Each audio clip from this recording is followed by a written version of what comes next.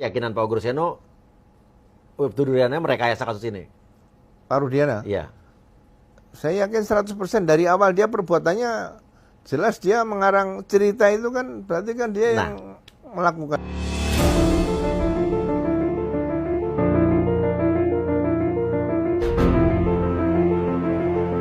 Itu. Polisi itu kan pinter-pinter nih Pak Ogorsiano. Kalau emang ternyata emang Rudiana merekayasa kasus ini, sebetulnya polisi udah tahu belum sih kalau emang ini rekayasa? Polisi udah ngerti loh sih. Apa udah ngerti didiemin aja? Apa dia punya strategi sendiri untuk menginvestigasi? Apa gimana?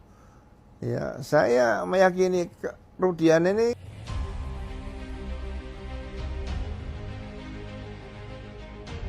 mantan Wakil Kepala Kepolisian Republik Indonesia, Wakapolri, Komisaris Jenderal Polisi, Purn, Ogorsiano, menyampaikan keyakinannya bahwa kasus Vina Cirebon adalah hasil dari sebuah rekayasa. Menurut Ogorsiano, peran penting dalam kasus ini dipegang oleh Ibtu Rudiana, ayah dari Eki, yang juga terlibat dalam kejadian tragis kasus Vina Cirebon pada tahun 2016 tersebut. Ogorsiano menegaskan bahwa otak dari seluruh rangkaian cerita terkait pembunuhan Vina Cirebon dan Eki mengarah kuat kepada Ibtu Rudiana. Jadi faktor apa ya? Kuncinya atau apa mungkin kesalahan dia? ya kalau saya amati dari awal itu berasal pernyataan dia di awal ya, rekam jejaknya dia di awal. Bahwa dia menerima kematian anaknya, kemudian dia tidak akan menuntut, ya kemudian dia juga karena mungkin ada keterlibatan pejabat tinggi dan sebagainya. Nah, dari situ profesionalisme dia seorang anggota Polri dan kemudian tanggung jawab dia sebagai seorang ayah sangat berbeda sekali, ya kan? Seharusnya dia tetap berusaha supaya pembunuhan anaknya dapat terungkap dengan tuntas secara profesional, ya kan? Kemudian juga dia berharap polisi dapat melakukan pengungkapan kasus itu secara jelas. Iya. Itu harusnya yang dia lakukan. Harusnya, tapi sementara yang dilakukan adalah yang dia lakukan justru adalah hal-hal yang bertentangan dengan pekerjaan mulia dia sebagai seorang bayangkara. Iya. Ya. Jadi seperti contoh peristiwa tanggal 27 Agustus 2016, dia sudah mengambil langkah sendiri dengan timnya sendiri dari bagian reserse narkotik. Seharusnya tidak bisa dilakukan hal seperti itu, karena yang menangani adalah reserse bagian umum. Krimum ya? Iya, Krimum. Kemudian waktu pelaporan itu dilakukan tanggal 31 Agustus 2016, 4 hari. Dan dia bisa bercerita seperti itu, sepertinya dia yang mengetahui sendiri peristiwanya.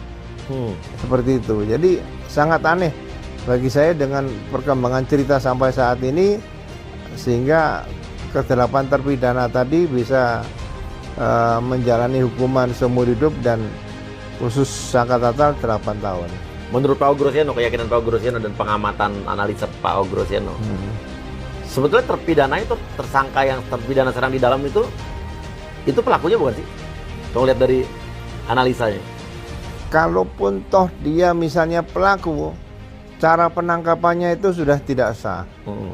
Karena begitu ada laporan polisi, laporan polisi kan selalu saya katakan, pasti selalu diawali dengan kata-kata pada hari ini, bukan pada hari itu.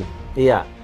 Nah, setelah ada laporan polisi, biasanya dibuatkan surat perintah dimulainya penyidikan, apalagi ada korban jiwa. Ya, jadi jangan ragu-ragu menerbitkan surat perintah dimulai penyidikan. Nah, dalam surat perintah dimulai penyidikan, semua itu dianalisa dari berbagai kemungkinan.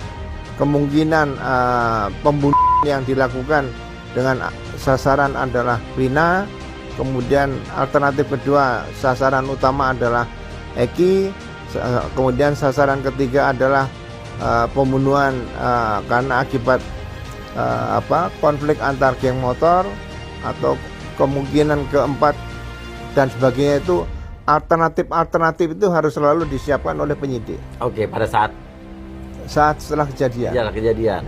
Itu yang seharusnya. Iya. Oke. Kemudian juga harus disiapkan apabila suatu saat tersangka dapat ditangkap, alat bukti apa yang bisa membuktikan bahwa yang bersangkutan adalah pelakunya. Ya. Dan itu harus didukung dengan pembuktian secara scientific crime investigation. SCI ya. Ya. Tapi ini bisa dibilang tidak ada ya.